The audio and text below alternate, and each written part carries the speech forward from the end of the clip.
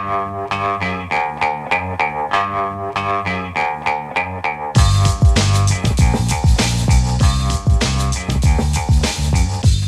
the Brian Lehrer Show on WNYC. Good morning again, everyone, and happy birthday to Wikipedia. The crowdsourced online encyclopedia turns 25 on January 15th. It hits that quarter-of-a-century mark as another political target of the American right, alleging Wikipedia is biased to the left. Some call it Wokepedia. Elon Musk even launched an AI alternative called Grokpedia. Never mind that Grokpedia told a user recently that Musk is more fit than LeBron James.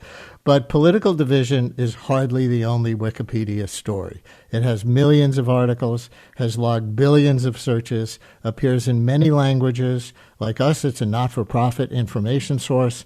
And it has now inspired co-founder Jimmy Wales to write a 25th anniversary book called The 7 Rules of Trust, a blueprint for building things that last. He sees trusting strangers as being at the core of Wikipedia's success. But way beyond Wikipedia, he addresses head-on the decline in trust that is such a defining feature of our country and our world, and he hopes to contribute to turning that around. Jimmy Wales joins us now. Jimmy, thanks for coming on. Congratulations on 25 years, and welcome back to WNYC. Great. Well, thanks for having me on. It's an exciting time, and I'm kind of amazed. It's been 25 years. That's a long time. Let's do a little of the origin story first for our listeners who may not know it. You started Wikipedia 25 years ago when your newborn baby was very ill, I see. Can you tell that story? Yeah, so I had been working for about a couple of years on a project called Newpedia, which was the same vision to have a free, neutral, high-quality encyclopedia in all the languages of the world. Newpedia wasn't working. It was very top-down. It was very untrusting, actually. And I was getting very frustrated, and I was sort of near the point of giving up. And then my daughter was born and was very, very ill and in the hospital. It was quite a scary time, and one of the things I did as a frightened first parent is go to the internet to try and learn more about her ailment, and it wasn't very good. There were some academic papers which were too hard for me to understand. There was some random blog posts, and I really realized, we have to do this. We have to find a way to create a good encyclopedia that will help people in this situation. And kind of as a last-ditch thing, one of my employees had shown me the idea of Wiki, which just means a website anyone can edit. And I thought, you know what? We just have to try it. So when I got home from the hospital on January 15th, launched Wikipedia. And, it seems to have worked. The rest is history, but there's a lot of history there. Let me follow up on one one aspect of that story, though. You said your original concept, Newpedia, was top-down, but as I understand it, in that formation, contributors would have had to show that they were experts in their field. So why did you think allowing anyone to write and edit about things as technical as a serious health condition for a newborn would produce better information than experts in their fields? Well, at the beginning, it was just we have to do something to get started. And if you think about certain types of entries, you realize immediately that there aren't really a need for experts. So, here's an article about the history of Paris. Okay, well, I think anybody, an intelligent person, could start writing some things. And I had assumed in the early days that we would have to have an editor-in-chief of the medical section who would then, do all that. But as it turns out, there are different levels of expertise. A lot of people who are experts, medical experts and so forth, do come and they work in Wikipedia, they edit and they contribute their time. And then other people, lots of Wikipedians have become expert, not necessarily in that particular subject matter, but in writing an encyclopedia, which is also an important skill that I think a lot of people haven't really thought about very much. But I didn't know at the beginning. And, as it turns out, it's worked out pretty well. This was a wisdom of the crowd's premise, or as you put it in the book, people should be able to talk and sort out disagreements. And you had to get strangers on the internet to cooperate and trust each other. There's that word, the theme of your book, right? Trusting. But considering the polarized world that we're living in today that you're trying to address, where, competing political and culture war camps can't agree on basic facts, never mind how to interpret their meaning or to trust each other to disagree in good faith, how much do you still believe your premise, and how much do you think it turned out to be too idealistic, at least in some realms? Well, I still very much believe in the premise, and I think, when we look at the culture wars and the political world and aspects of social media, it's very easy to get to a very dark view of human beings and of human nature and feel a bit, lost and hopeless. But then we can stop and think and remember all the day-to-day interactions and people we meet and people we know, and we may disagree with them, but we're able to be civil and we're able to have constructive dialogue. And I don't think it's impossible. I think it still is very much possible, and not only possible, but really necessary. When I looked at the recent, the longest ever government shutdown, which in my view was in no small part because the political parties aren't able to trust each other, to have a little bit of give and take, to say, look, you give us this, we'll give you that, next year we'll take care of you, let's figure out a compromise. Instead, it's sort of like nuclear ultimatums against each other. That's not useful. That's not a practical way to run anything, and we do need to get back to thinking about how do we build things that last? How do we find ways of recognizing the good in others and understanding each other a little bit better? And that's really what the book is all about. I'm hopeful. And listeners, our phones and text message thread are open for your questions and comments and stories for Jimmy Wales, co-founder of Wikipedia, on the occasion of its 25th birthday and author now of The 7 Rules of Trust, a blueprint for building things that last. 212-433 WNYC,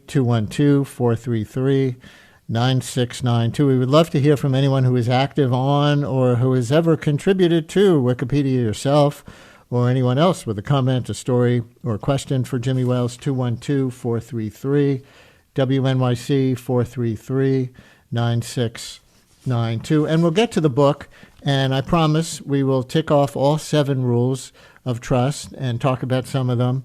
But continuing on the history and current state of Wikipedia a little bit, who tends to write and edit Wikipedia when it comes to political or culture war topics? I can tell you that hosting a talk show where we also believe in civil exchange among people who disagree, the people most likely to call in or text, certainly not all, but those most likely who are motivated enough to make the effort, tend to be the most opinionated people on any side of an issue, not those who trust anyone on the, quote, other side.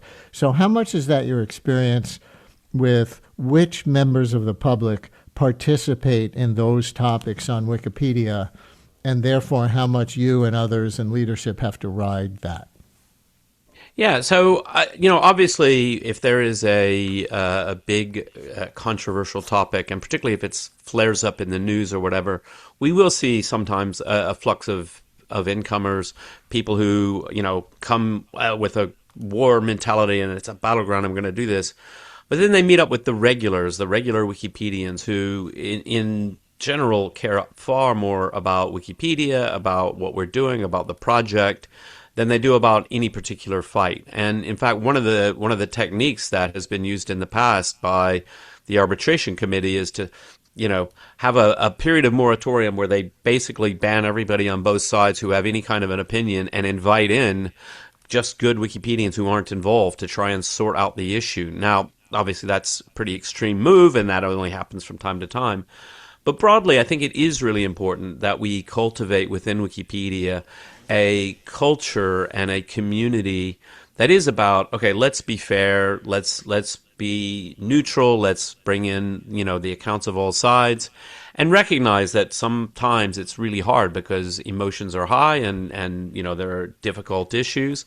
So it varies over time, but I mean, broadly, I would say the kinds of people who really are into Wikipedia, who are really here year in and year out, are just nerds, not particularly political, really interested in history and science and all kinds of topics. And I think that's really important. Those are the people that we should all elevate and value.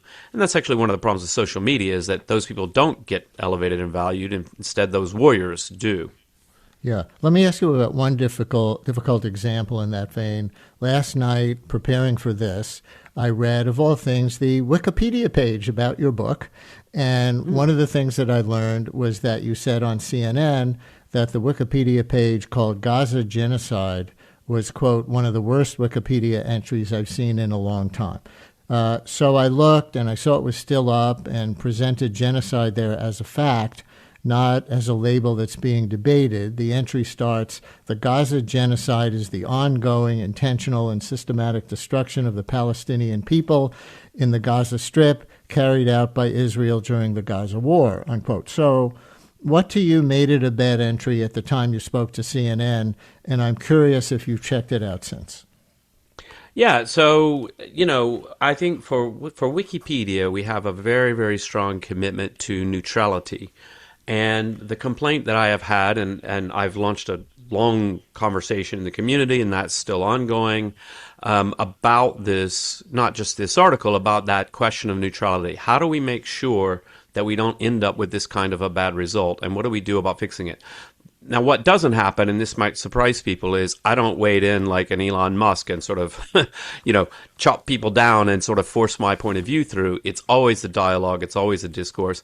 My view is very simple. If you don't have near unanimity in the community over such a very strong statement, then you shouldn't say it in the voice of Wikipedia. You should report very accurately on, there is some really serious, heavy-hitting people and groups of people and bodies who are calling this a genocide.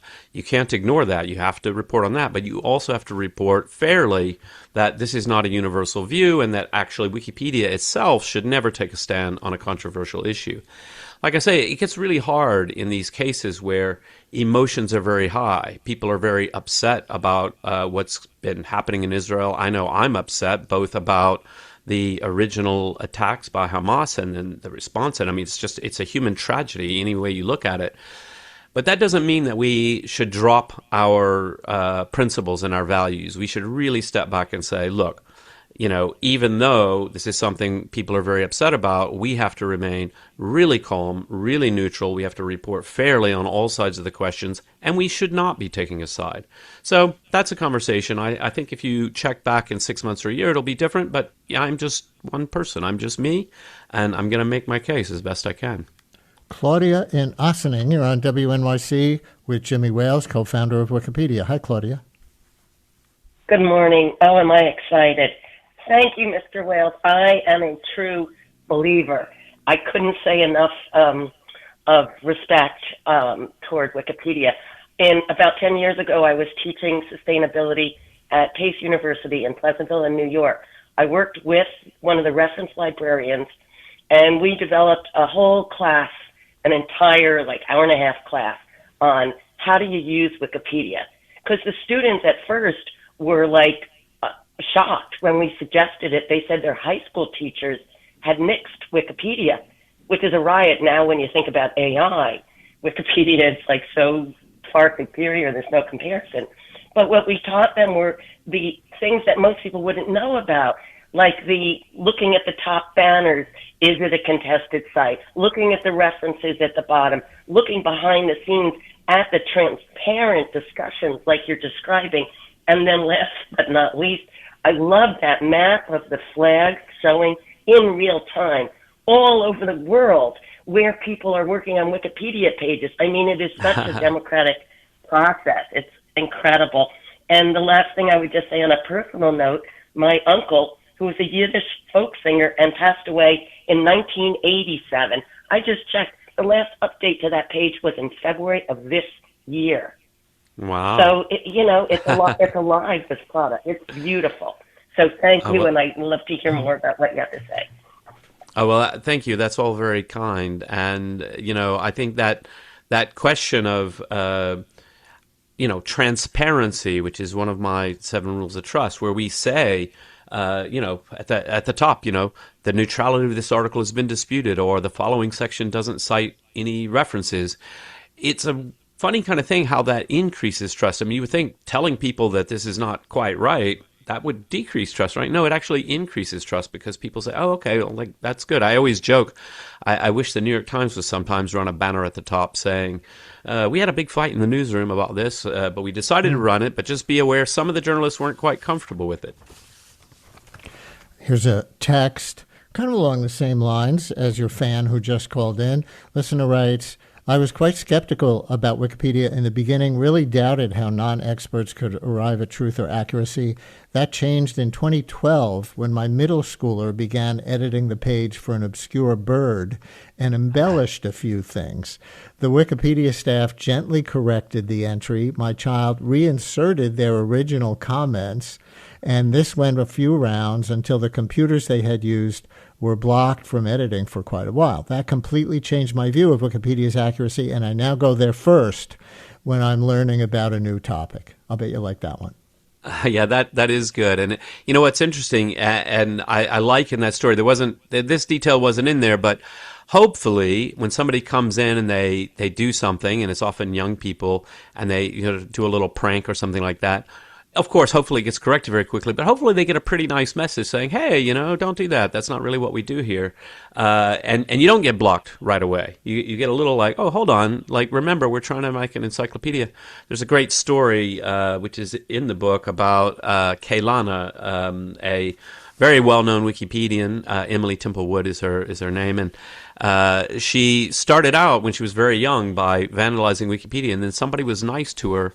And she felt so guilty, she sort of devoted a lot of time to making up for her mistake and doing a lot of good edits to Wikipedia, and really headed up, like a project to add more women scientists to Wikipedia and things like that. And so there's all these great stories that come out of assuming good faith and saying, oh, okay, look, yeah, you did a prank, whatever, behave yourself and come on and join us. Like, it's actually more fun to do something productive. It's interesting. I was just about to ask you your reaction to people who now call it Wokepedia, but then we got this text, which I thought was going to reinforce that view, but listen to where it goes. The person writes, this neutrality business, I agree that it's something to strive towards, but it's completely unrealistic to pretend like neutrality actually exists. Neutrality policies often tend to favor more mainstream.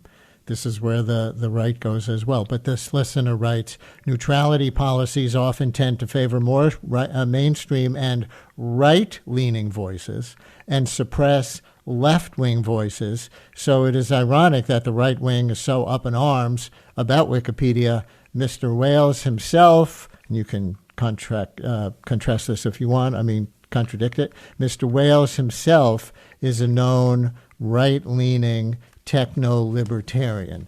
So your take on yourself, and also what do you think when you see it called by people on the right Wokepedia? Yeah, well, I certainly would say my personal politics are completely irrelevant to almost everything in the world, except the only area I have any expertise in is freedom of expression and internet policy.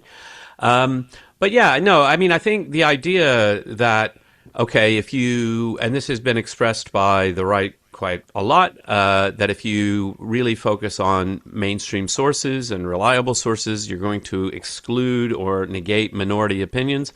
It's something to grapple with. And clearly what you really want to do is to say, look, there is a received view, and it's very well backed by science, for example.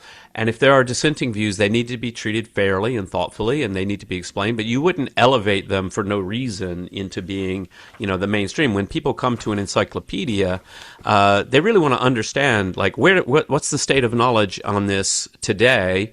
And you want to say, well, look, here's the main views, and here's this and that, and there are these dissenting views, maybe on the left, maybe on the right, and so on. That's really what an encyclopedia should do. Now, if you're writing your own book or you're writing a blog of opinion or whatever, then sure, by all means, pursue your passion and put down what you believe. But that isn't really what an encyclopedia should do. And you know what is interesting? As it turns out, a lot of people who are themselves pretty ideological often have a really strong capacity to do this, to say, look, I'm happy to work with someone who disagrees with me vehemently, as long as we're working together in a polite and friendly way, to explain the issue, because I'm quite sure if anybody understood the issue, they would probably side with me. And they might both be thinking the same thing, to say, yeah, let's explain the argument fairly, because then people will see. And I think it's people who are less confident in their own beliefs often, but still ideological, are the ones who are terrified to let the other side speak, and they really want something that's biased. So we're always looking for people who are confident in their beliefs and relaxed and able to say, well, look, epistemic humility, like I'm willing to listen to the other side. I'm willing to have a good discourse. It should be courteous. It should be, comprehensive.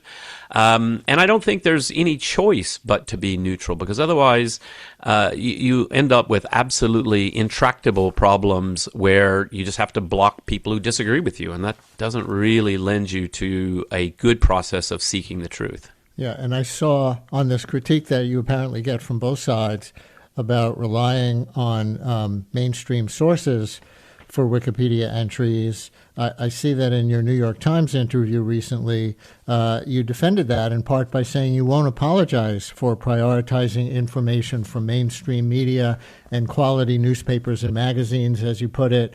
You told the Times we're not able to say, you told the Times we're not about to say, gee, maybe science isn't valid after all. Maybe the COVID vaccine killed half the population. No, it didn't. That's crazy, and we're not going to print that.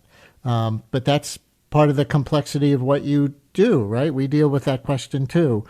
You want to maximize openness to multiple points of view, but at the same time, you want to say what's true and reject things that are false. Yeah, exactly. And there are cases where that's easier and cases where that's harder. And I think in the cases where it's harder, the best thing to do is to, accurately and fairly summarize all the different points of view and, don't take sides. Let's hear from some Wikipedia contributors. Mono on the Lower East Side. You're on WNYC with Jimmy Wales. Hi, Mono. Good morning.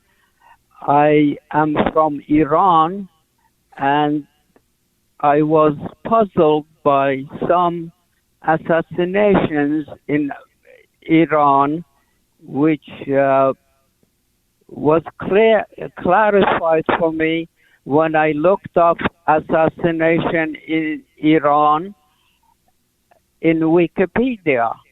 And then when I went back to read again the topic in Wikipedia, it had disappeared. I know this has happened a long time ago, but how do things disappear from Wikipedia? Mono, thank you. Yeah. But I think he told our screener Great. that he had added information and then found that disappeared. Jimmy, go ahead. Yeah, great. So there is a page, I just looked it up, called List of Iranian Assassinations. I don't know how good it is. There's a banner at the top, very transparently saying this article has multiple issues, and you can go on the talk page and see. So one of the main reasons that information gets moved or disappeared is that, is there a quality source? And so just coming to write your personal experience isn't really, the right way to do it in Wikipedia. Oftentimes, something that someone wants to put in Wikipedia, they come in and they don't have a really good source and they don't have, good sourcing and so on and so forth. So unless it's encyclopedic and sort of has quality sourcing, then it will tend to go away. Oftentimes there's just editorial reasons that things get moved around. So maybe that information was added in one place and then it got moved and then you couldn't find it later, and that's unfortunate. So hard to say without looking into the specific example.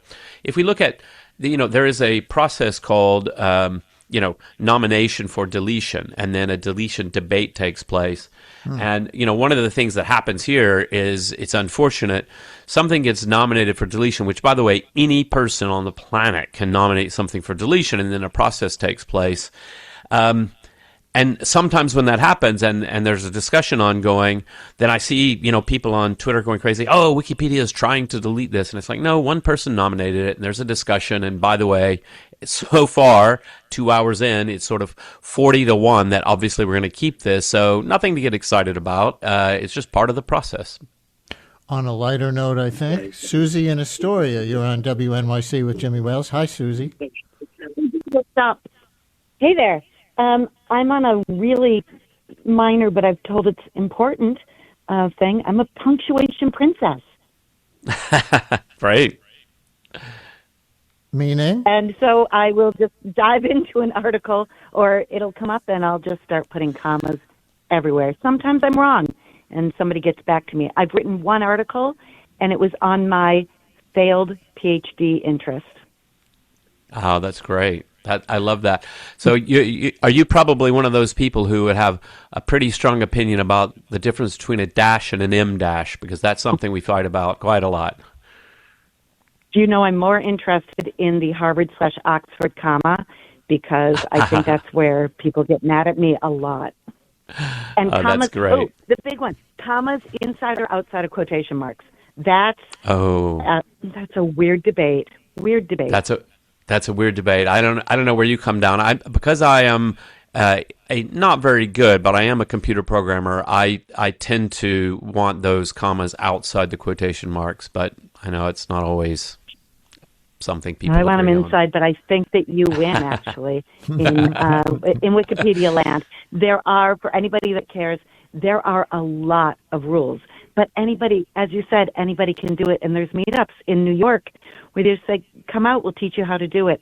And I have to say the people in the New York Wikipedia scene, I maybe see them once or twice a year, they're so kind and so nice. And there's a wiki picnic every year just to do the social side of Wikipedia. Yeah, that's something most people don't realize, is that we do have, in-person get-togethers. And if you go and meet the Wikipedians, what you'll find we're like is just like really nice people. I mean, lovely, lovely people, and very nerdy, And so, whenever I hear Wokepedia, I think, oh, you probably think you're going to some sort of, communist meeting or something. It's like, no, just some nerds really interested in. I mean, my favorite expression. I've just learned this. I've never heard it in my life. Punctuation princess. I'm gonna carry that with me. I love it. Caller of the week. Susie, thank you very much. Is Google AI hurting Wikipedia? It seems like Google is now an AI internet encyclopedia itself. Google searches don't just give us links anymore. I'm sure I don't have to tell you. They often begin with an entry on the topic written by AI. And I've read that it's hurting news organizations because fewer people click on the news organization links anymore. They increasingly see the Google AI summary, and that's enough for them. Is Wikipedia being affected in that way? So it's really hard to tell. It's something we're looking into. We did note in a blog post a couple months ago, that we've seen an 8% decline in human traffic to Wikipedia, and also a corresponding increase in bot traffic, whatever that means. But there was a Pew Research study that looked at Google results and found that in traditional search results, the top 10 links as they've always had, Wikipedia appears about 3% of the time, but in AI summaries, Wikipedia appears and is linked to about 6% of the time. So to that extent, and this is very rough and an emerging and changing thing, you would say, well, we're getting, twice as many links as we used to get from Google, but people click through less often, maybe about half as often, which would be a net nothing for our traffic. And I think that something in that ballpark is probably correct. If you ask Google a question, well, 20 years ago, Google had no idea the answer to any question. It was just a search engine. Now, ask how old is Tom Cruise, and Google will tell you. But they also link to Wikipedia there. And so depending on what you're doing, you might just stop there. It's like, oh, I got the answer to my question. That's it. I'm done. I'm going to go back to what I was doing. In other cases, maybe you ask your question and you're like, oh, okay, that's from Wikipedia. Oh, actually, I've been thinking I wanted to go read more. So you go and you click it and read more. So hard to say right now. I mean, certainly compared to some organizations, we haven't seen a super dramatic impact on our traffic. There's a tech website, Stack Overflow, where programmers go to ask questions and oh, I've got this bug, how do I fix it, and so on. And their traffic, I read, is maybe 10% of what it was a few years ago, because the AI models are really good at answering your tech questions. So we haven't faced that kind of catastrophe, but it's hard to say. And I think it's a really interesting question, like what, as we see the changing use of the internet, we faced the same kinds of questions several years ago with the rise of mobile. I remember the moment when mobile page views on Wikipedia became more than half of our page views. And of course, if you're on a mobile phone, it's pretty hard to edit Wikipedia. So we thought, if everybody's on mobile now, are they going to stop editing Wikipedia? Well, that didn't happen. They didn't stop editing Wikipedia, but these changes are something that, they're going to happen. And as Wikipedia, we just have to kind of roll with it and figure out, okay, what's our place in this ecosystem? Okay. The book that you've published for the 25th birthday of Wikipedia, The 7 Rules of Trust, a blueprint for building things that last. And I'm just going to read out the 7. 1, make it personal. 2, be positive about people. 3, create a clear purpose. 4, be trusting. 5, be civil. 6, be independent. And 7, be transparent. Now, that sounds like it could be anything from a self-help book for salespeople to relationship advice, but I think you're hoping to address polarization in society. So how much is that your goal with the book? It is a big goal. I mean, when we look at the Edelman Trust Barometer survey, which has been going on since about 2000, we've seen this enormous decline in trust in journalism, in politics, in business, in each other. And this is leading to all kinds of negative effects. And I think it's something that we need to address. I think it's really important that we step back and say, how do we rebuild a culture of trust? What are the things that we can do in our own lives, in our own organizations? What are the things we should insist upon with our leaders, our political leaders and businesses, to get back to a culture of trust? Because, when you live in a world of trust, everything's much easier and everything's much more pleasant. And if you live in a world of distrust, you end up in a really sad and angry place. How would you begin to apply your 7 rules of trust? I'm just going to kind of give you an open mic to go, to anything in the book, to any specific fields where public trust is declining. The news media, science, the government in general. Want to pick one of those and match it up with one of your 7 rules? I think a great one is to, look at one of the issues I talk about in the book, which is, and this is one of the areas people might be surprised at my view. So I thought when the Washington Post decided not to endorse a presidential candidate in the last election, I thought, well, very bad timing doing it just before the election, because that made it seem like some sort of implicit endorsement or a favor for Trump or whatever you might have viewed that as.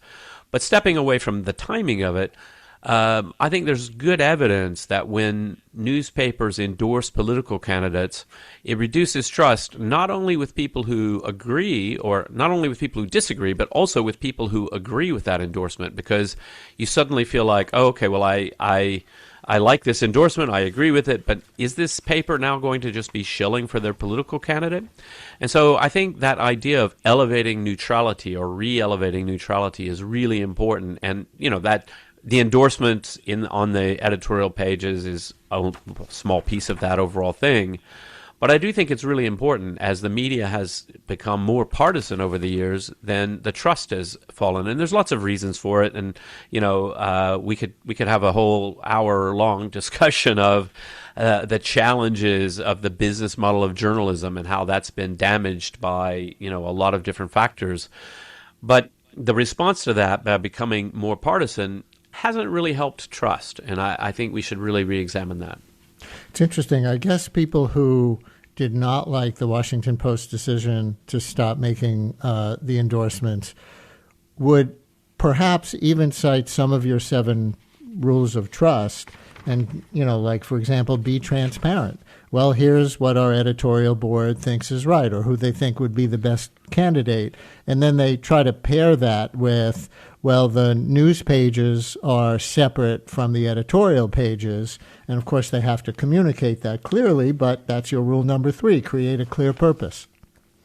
Yeah, I think that's right. And I think, the challenge here is, I do think it's completely fine. One of the people I interview very favorable in the book is Tom Friedman, who, clearly has views, and he puts those views forward. But he makes it very clear that those are his views and not the views of the New York Times. And I think that's a fine place to be. I think that the newspaper itself as an institution should really strive to be neutral. And in fact, I think it's one of the things that a lot of news organizations should look at their hiring practices and say, look, if we have an ideologically monolithic staff of journalists, we're going to have blind spots. We're not going to understand certain stories, and we need to seek out diversity in hiring. Now, normally when we think about that, we think about minority voices, like how about people of color and things like that. But we should also think about, what about Christians? What about conservatives? Like, are we getting the full rich tapestry of humanity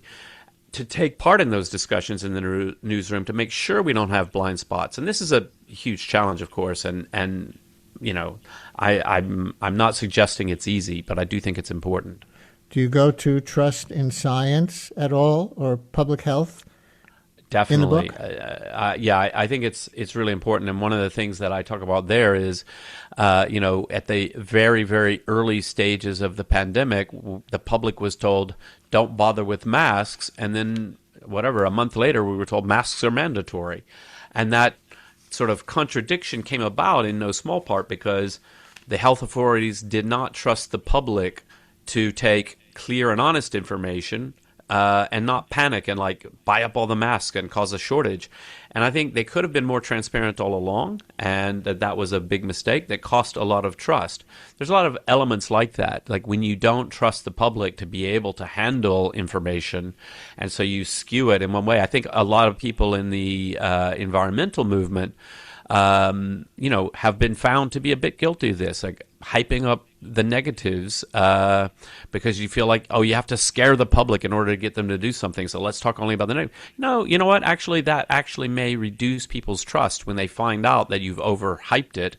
And instead to say, actually, look, here's some facts, and here's the things, and here's the things that we're not quite sure about, and all of that, which a lot of people do, and that is the right way to present science.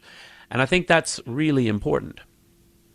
It's funny, those last few answers that you just gave, I don't know how many people would accuse that of being from a woke-apedia.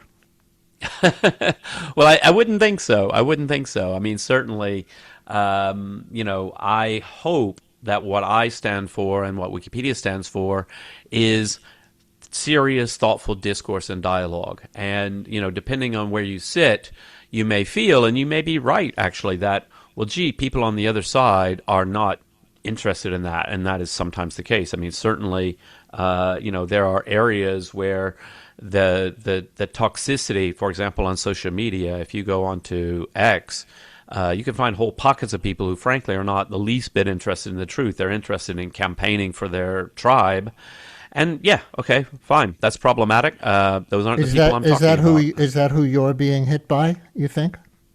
Yeah, sometimes. There's no question about that, that people have an agenda and somebody important has said we're Wikipedia, and so they jump on that bandwagon without actually pausing to take a look and to think and to listen to what we're saying. Hard to say. Jimmy Wales, co-founder of Wikipedia, which turns 25 on January 15th. And he's the author of the brand new book, The 7 Rules of Trust, a blueprint for building things that last. Thank you so much for sharing it with us. Well, Brian, thanks for having me on. It's been a lot of fun.